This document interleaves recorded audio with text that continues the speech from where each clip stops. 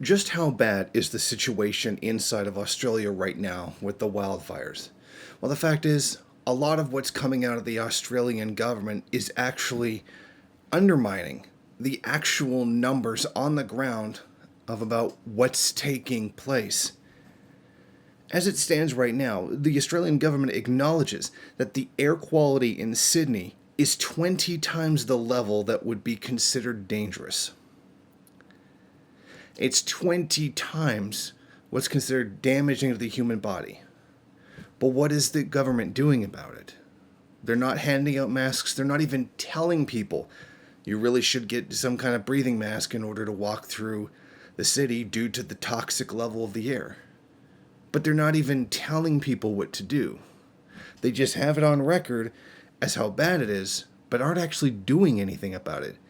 And that seems to be the main crux of this situation inside of Australia. The government seems to be frozen in inaction. It can throw firefighters at things, which is absolutely necessary, don't get me wrong. But they don't actually know what to do about the crisis. And that's what's most frightening of all. Now, the fire maps in Australia that say where the fires are, how bad they are, etc., are based off of NASA data, NASA satellites, etc. But the problem is, people are noticing that the data in the fire maps is not matching what's in NASA.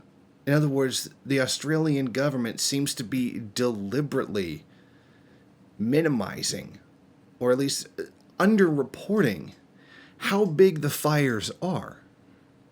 And that's a wholly suspicious move. Why would you do that? This is a life-threatening situation, and people need to know when to leave, when to get away. But this is what they're doing. They're actually covering up how bad it actually is. Now, here's something that a lot of people aren't talking about. The economic impact of these fires. Insurance companies have already said they can't pay. The amount of damage done by these fires already, never mind how much damage is done before they're stopped, if they're stopped, they're never going to be able to pay out their policyholders. They simply don't have the money in order to do it because the damage is so extensive. So you know what's going to happen. They're going to be classified as too big to fail. And then they're going to start going to the federal government for bailout money. Which is a little bit better than the banking crisis because this money would at least be going to the people who lost their homes and had policies who did pay in and should be paid out because they paid in. But again, here's another limitation of capitalism, something that wouldn't have happened in socialism. There just would have been an allocation of the next budget in order to rebuild homes. There wouldn't have been this huge financial crisis. But that's a separate video for a separate day. But here's another problem. Housing prices in Australia have risen astronomically because, of course, the free market. And whatever the market says must go because totally not a religious concept. A one-bedroom, dilapidated house from the 1960s is going for about $1 million. That much, because that many homes have been destroyed. Now think about this. Even the Australian government, like their own National Bureau of Statistics, says that about 29% of mortgage holders inside of Australia have too much debt. Now think about this. Not only do they have too much debt, but now housing prices are beyond people's ability to pay. Essentially, this is happening, and this is an angle that's not being covered by most of the news. If you go to like a business news network, then like CNBC, BNN, you'll probably see some kind of coverage on this. But the general everyday 24-hour news that's given to most people, you're not really going to hear about this. And that's screwing with the market big time, or actually not screwing. This is how the market works. This is justifiable in the eyes of the supporters of capitalism. But this is the situation that they found themselves in. The average consumer debt, or not the average consumer debt, if you total up all the consumer debt, it is 6 times the ability to pay by the consumer. That's where Australia is in right now, a massive amount of consumer debt. Now people's homes are being destroyed, which means those mortgages are going to be destroyed. Consumption is going to drastically drop as the situation gets worse. People lose their jobs, they lose their homes, etc. And this situation is going to get worse. I guess the first casualty of the coming economic crisis is probably going to be Australia because of this. And that's serious. And right before this all started, the government decided that they were going to cut fire services by 75% in the rural areas. 75%. And almost immediately after this happened, the wildfires. That's what they did. That's what budget cuts did. Rather than making Australian corporations pay enough taxes, they decided to cut emergency services, and then an emergency happens almost right after. You know, you almost get the feeling that this is God or karma giving you the finger at this point for being stupid. That's just kind of how it feels. Like, you know what I mean? It's like it's ironic that you get rid of the service right before you're going to need it. It's like having an insurance policy, canceling it, and then having your stuff burned down the next day. It's frightening how all of this is playing out. And as this is going on,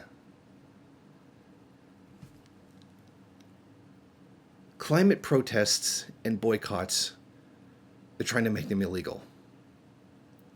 The Australian government is trying to ban climate protests and ban boycotts that are based on concerns over global warming. You know, like how BDS calls for people to stop buying Israeli products, etc. And now a lot of U.S. states are trying to make that illegal. They're trying to make it illegal to boycott climate change in Australia. That's where it is now. The country's on fire, and you're not even allowed to criticize the cause of it.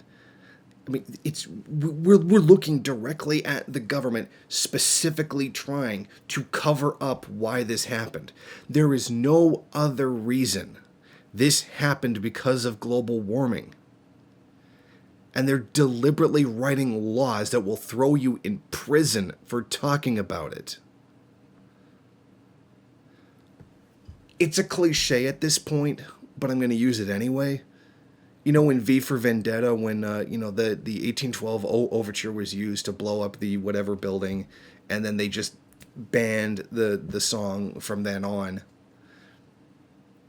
That's kind of what's happening right now in Australia.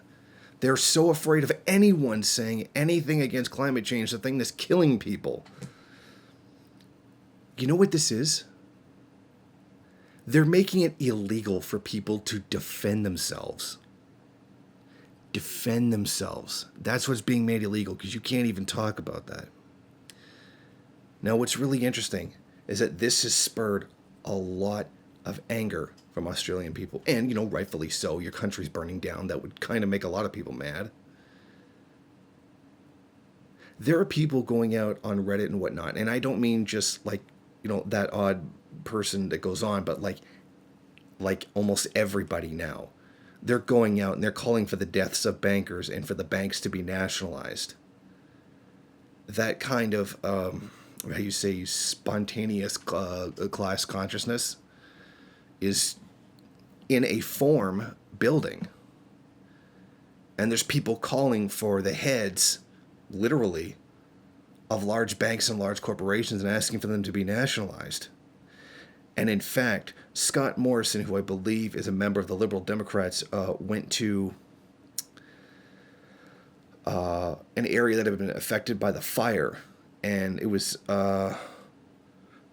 Cobargo was the name of the area. And when he went out to do his little propaganda speech, his little photo op, residents came out and basically started attacking him. They started throwing things at him. They were yelling at him. They were threatening him. He had to leave. This high-ranking member of parliament had to leave before he was basically lynched by a mob. over people angry about what's going on and angry that they had cut fire services to serve the neoliberal agenda, or at least the neoliberal economic agenda. That's where it's at. And it's frightening. They're yelling in the streets to hang the rich. They're calling for the upper classes, where the prime minister lives, to be killed. That's what they're doing now. And what do you think is going to happen, or what is already happening is going to be accelerated? You have people calling for the rich to be hanged. They're openly threatening politicians in public. The country is on fire. They're banning anybody who criticizes the government for the way things are, for the situation that exists, that you're not even allowed to criticize the cause of these fires. This is the express train to fascism. I mean, banning people from being against climate change or speaking out against it or even boycotting on that basis is already basically a form of fascism.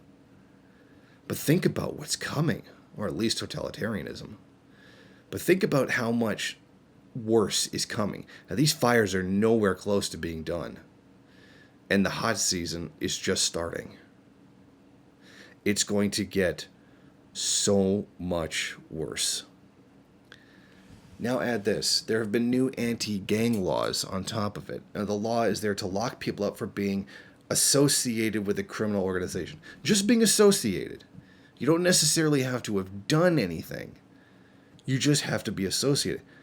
But the catch is how they vaguely define what a criminal organization is.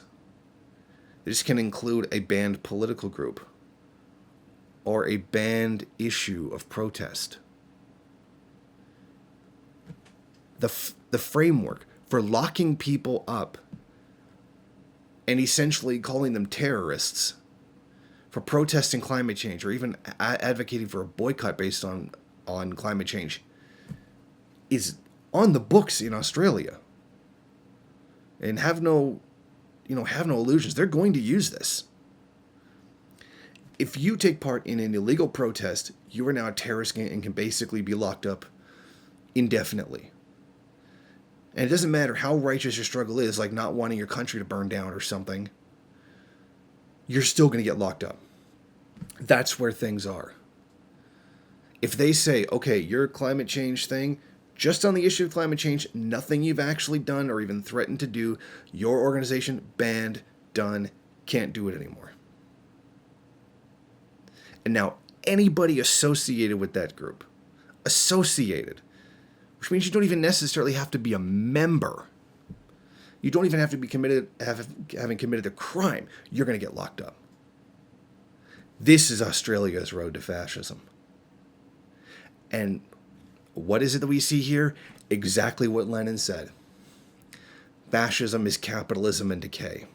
This fascism is rising as capitalism is dying in Australia. From the fires, massive bailouts that are coming, people's homes being destroyed, an inability to criticize the thing that caused the fires, that's where it's going to go if it doesn't get better. So think about that the next time someone says, capitalism didn't do anything wrong. Climate change isn't real. It's all made up by the evil commie Islamo-Marxist, socialist, Jewish conspiracy people. Reptiles. Forget reptiles. Think about that next time. This is where that's going. And those people who decry Marxism as being totalitarian, etc., take a look in the mirror. Because this is worse than anything that, the Soviet Union or China allegedly did. And all of it leading towards the extinction of humanity. Thank you for watching. If you like this program, then please head over to my Patreon page and set up a monthly donation. It's your donations that keep this program running. Also, if you would like, please rate, comment, subscribe, and share in various social media.